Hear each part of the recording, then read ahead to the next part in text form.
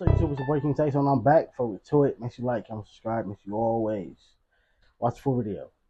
So as you guys know, Corey's girlfriend, Danni, has many business establishments. Now she has a tax service. She opened up the Peach Factory in Dallas. Now she also owned a mental health facility in Dallas, which is where she was housing mental health patients. Now it appears that the house that she was renting for those patients, she's now getting evicted.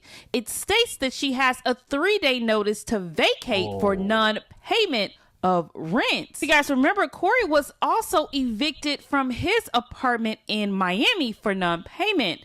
So now Dan, how you supposed to be making all these millions of dollars, thousands of dollars? You ain't paying your rent. Mind you, the rent might be high too, but hey, when you went and purchased this place, you knew what the rent was gonna be. So, and then again, you brag, oh, I got this businesses, I'm getting this from the state, I'm getting this from the IRS, I'm getting this thousand and that thousand, and we selling out this and selling out that.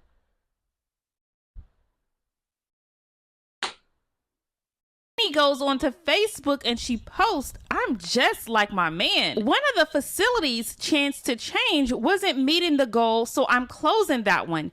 $800 per month per resident wasn't making the cut. So who is about to continue to take money from their personal accounts to run that second home? So clock that T. I'm closing that one." Okay. I feel that. I'm closing that one, and I'm not paying. Oh wow, she ain't paying nothing to the state pay her. So you basically, well, I don't know for sure, but it sounds like you're doing just like the rest of us, living check to check. You're probably making a lot of money, but it's check to check because you're probably living barely within your means, or you paying for everything that you got. It's probably exceeding the money that you got, or it's probably the exact amount of money that you're getting. That's probably why I think or that are happening. When you open a business, things like this can happen. Things like this can happen. It can't get to the point where you're not making enough money to where it's beneficial. You feel me? Like you're making just enough money just to just to pay the bill and just keep it going every month, but it's no profit. When it comes to that, hey, I'll be ready to shut it down, close it too. But when you have people, especially with mental health issues, living in this place, I truly hope you are not just, hey, I gotta get out because I didn't get paid from the state yet and I ain't paying it. They're kicking me out, so therefore y'all gotta get. I truly hope that you are at least helping these people find somewhere else to go. Transfer these people to somewhere else before you just close this place down. I truly hope she's doing that. Cause that's not, that's shady as hell. I'm not paying ish until the state pay me. Also, I just hired an assistant last week and just fired her this week because I found out her family had a tax business and I provided her with 150 emails to send out contracts to my tax partners, and she sent those emails to Arsenio Hall and they sent out a mass email. This is why I can't trust you jealous MFers. Back to another country next week. Kenya, here we come. So now Sherelle, the girl that's been exposing Danni for everything, went to explain in full detail what happened and how Danni put a lot of people out on the streets by closing that house. To be low down and dirty, but to sit there when people are literally at their wits' end, have nowhere to go, nobody to turn to, and they've pretty much given everything to you, and you act like you don't care, you ignoring them, or you pretending like so much other shit in your life is so much better than, so much more important than the shit that you actually have going on. The shit is sick. Y'all was asking me for a backstory behind Danni. She claimed to be this prolific ass millionaire, 14 million up, all these different businesses, some being funded by the federal government, others where she got the IRS in her pocket and she paying them $25,000-$30,000 to keep from auditing her and all this other shit. The same person who claims to be buying all of these different establishments, apartments, condos, whatever the fuck it is, out of the country. Ain't that illegal? I ain't a tax person, I ain't a lawyer, I ain't a judge, but ain't that kind of illegal? Because we can't afford to do that. If we over the business, they want to audit us. We ain't got enough money, but hey, Here go 30 bands, don't audit me. So therefore, how she? That's not fair. I mean, is it fair that she got the money? Then like, is it her fault that she got the money we don't? No, but that's not fair, and that sounds kind of illegal. A person who claimed to have paid cash for so much shit is really out here fucking over people's lives. Now, I just posted that she was getting evicted from the mental health facility that she claimed on the stand I kept driving by and going in and intimidating her worker. Well, let's keep it a bean, let's keep it a book. Right hand to the man on my kid's heartbeat if they drop dead right now. I never drove by this girl's establishment. Well, not by the mental health facility. Never drove out there. Fuck I'm going to Fort Worth for. But finding out that she's being evicted from this place and then giving the people that's in that home a day to move out of the place because the man's basically gonna have the writ of possession like it's his, everybody gotta go type shit, and you not helping these same people who That's paid shady. you. Better yet, let's just read the email so y'all can get a better understanding of what I'm talking about. That's shady. That's shady. For the person too.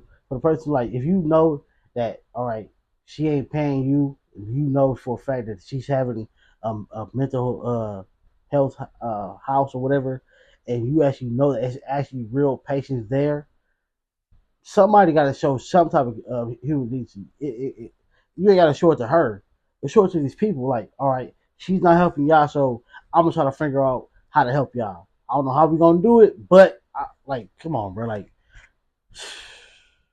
that's how a lot of people, like, with mental health issues, end up on the street. They're homeless, and then some of them, not all of them, but some of them, end up having a mental break, a mental issue break, or however you say it. You know, like they had a moment where things go left, and one of us regular folk might be right next to them when it happened. about. Dear Chestine, I'm writing to express my concerns and seek clarity regarding the recent situation involving the arrangements for my son and others in your care. While I understand circumstances may change, the way this situation has unfolded raises serious questions about the level of professionalism and care provided. We entered this agreement with the belief that you were acting in good faith, but your sudden shift in terms has left us with significant concerns. I'd like to know what I should expect to receive in terms of compensation via Apple Pay as previously discussed. $200 refundable deposit, $240 prorated rent, late fees the same as you charge if payment is delayed or if you expect us to vacate early without just cause. Should we begin to calculate the late fees or request compensation for each day we are forced to adjust? For example, a fee of $25 per day for each day of early departure or delay in payment could be reasonable given the disruption this caused. Furthermore, should we also take into account all the promises you made? Whoever wrote that, they know they stuff. Because I for sure wouldn't have been there. My email would have been short. Lady, where's my people finna go? And when are you gonna send this money for us to move? That was my email, plain and simple. But that's professional right there. That's professional. That were not delivered. It's only fair that we evaluate these unmet commitments as part of any further discussion. It has been suggested to me to contact the relevant authorities, including APS, Adult Protective Services, given the treatment of the individuals with disabilities under your care. So when I mentioned how them people was being treated in that mental health facility, how they had the best one, the smartest one, the more competent one handing out medicine because the people that was working there quit because Danny wasn't paying them. So how you have a mental health facility, but then you have the people that's supposed to be... Yeah, that's crazy, bruh. How you got a mental health patient giving out the medicine to other patients? That's crazy right there. Just because he or she was more sane? Nah, bruh. Nah, you supposed to been shut that down. You should have been. That's crazy, bruh. And like a lot of these jobs, if they was to pay more and lower some of the requirements, like passing out pills, you shouldn't have to go no all the nursing thing, because all you do is really handing them to them. As long as you know this is the right patient, this is their pill, because you have to take them out the capsule or however it goes. It should be a job for that. Like, that should be a separate job from you have to be a nurse. It's like people who do um like police work, right? But like they don't want to be a police officer. Maybe they can't fulfill all the I guess police trainings or whatever. But they're smart. They know how to do research. You know, they can find people on the internet. They can find where people at. Hire them for that. They can still be a police officer, but they don't gotta be on the beat. They don't gotta go become a detective. Like if they used to lower some of these requirements, it'd be a lot more people taking these jobs, and then they will have people like this. Like, all right, you need somebody to handle pills. Come on, I ain't gonna say anybody can do it, but somebody could have did it. You gonna have another patient doing it? That's crazy. Living there, That's crazy. receiving care, That's doing the crazy. work of the people that you're supposed to hire to be there. But you're getting all this money from the government. They're paying you X amount of dollars monthly, but you can't pay the rent, you can't keep the lights on, you can't keep the Wi-Fi connected. Make it make sense. But you're always there. Well, in your messages, you only go once a month, and that's to what?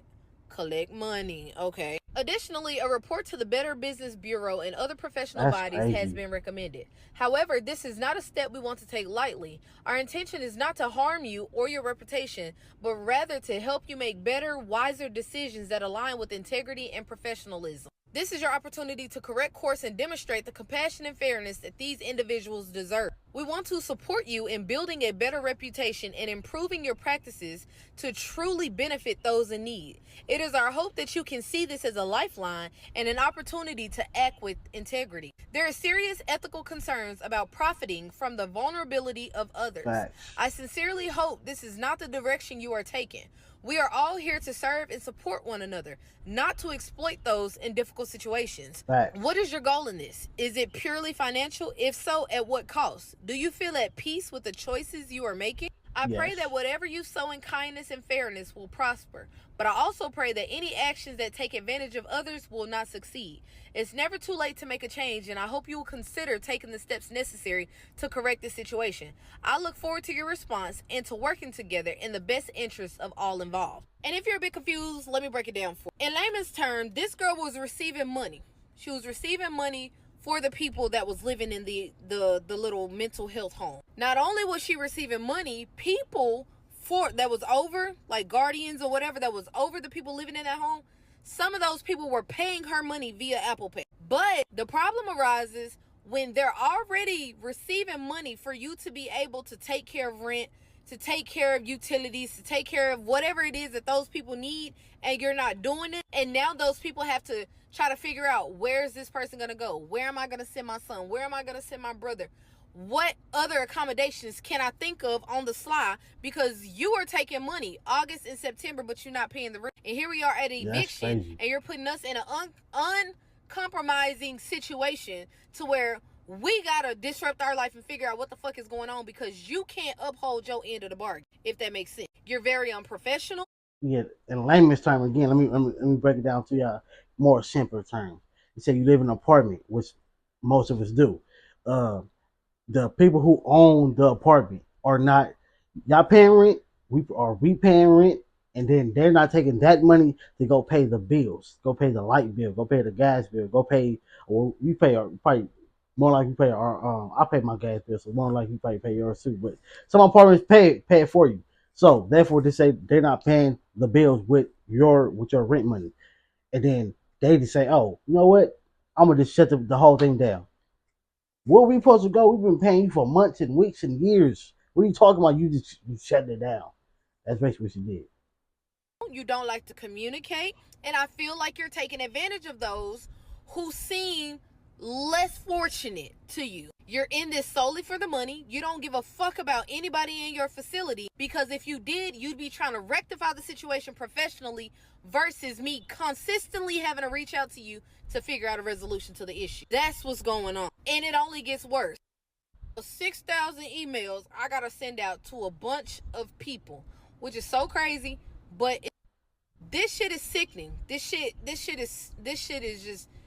is low down and dirty. There's no fucking way you doing them people like that. There is no fucking way these folks are reaching out crying and asking for you to just be a businesswoman and you can't do it. But you consistently flexing how you out of the country buying this. Exactly. I was just about to say that, bro. Like even if again you started this business, this is your thing. And again, human kindness, human decency, that's what this word is truly lacking. That's why so many crazy things be happening because people don't know how to show human decency. People just don't know how to be kind. Again, you're taking advantage of people who are less fortunate. You making thousands of millions of dollars. These people don't got that. They don't got that. You feel me? So it's like, bruh, if they're paying you what you wanted, you made the fee.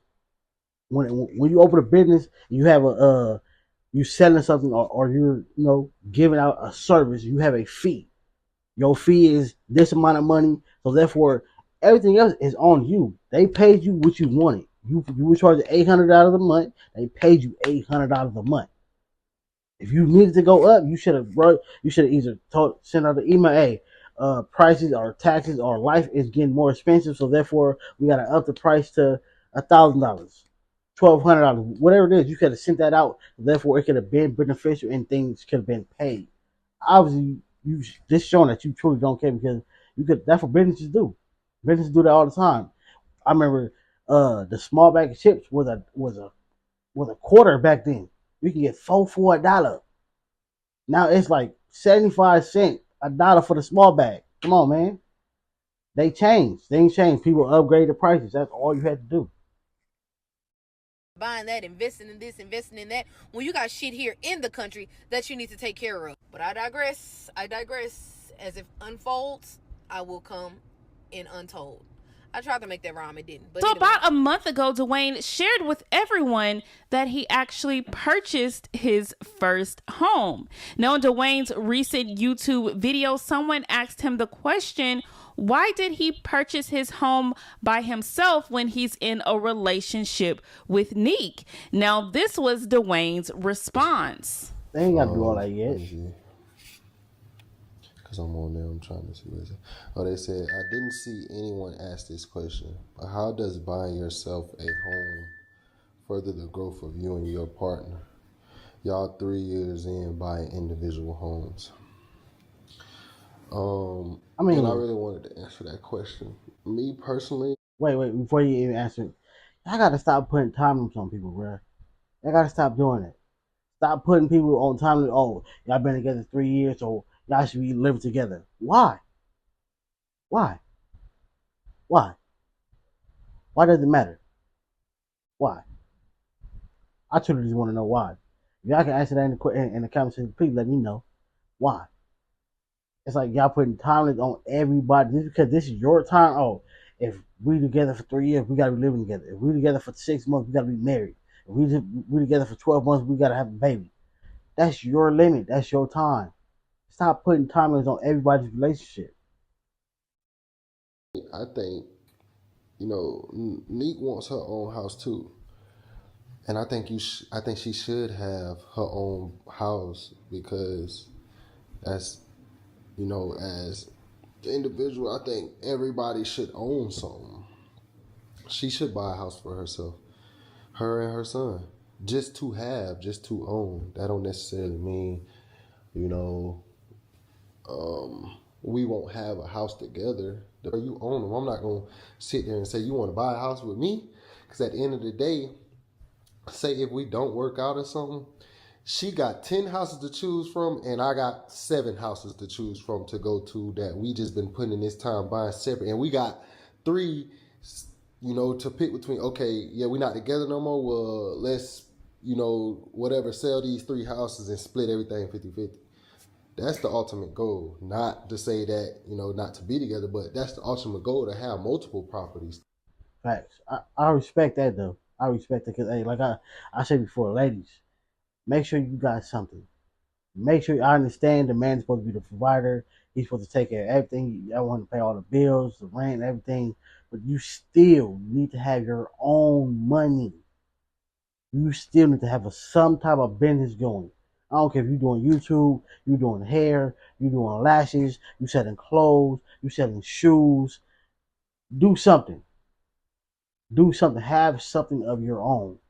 Because if he leave, and y'all ain't got no kid, y'all was never married, he's leaving with everything. You have nothing.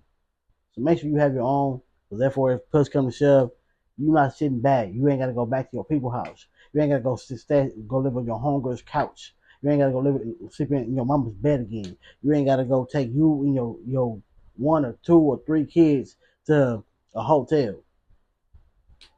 Don't do that.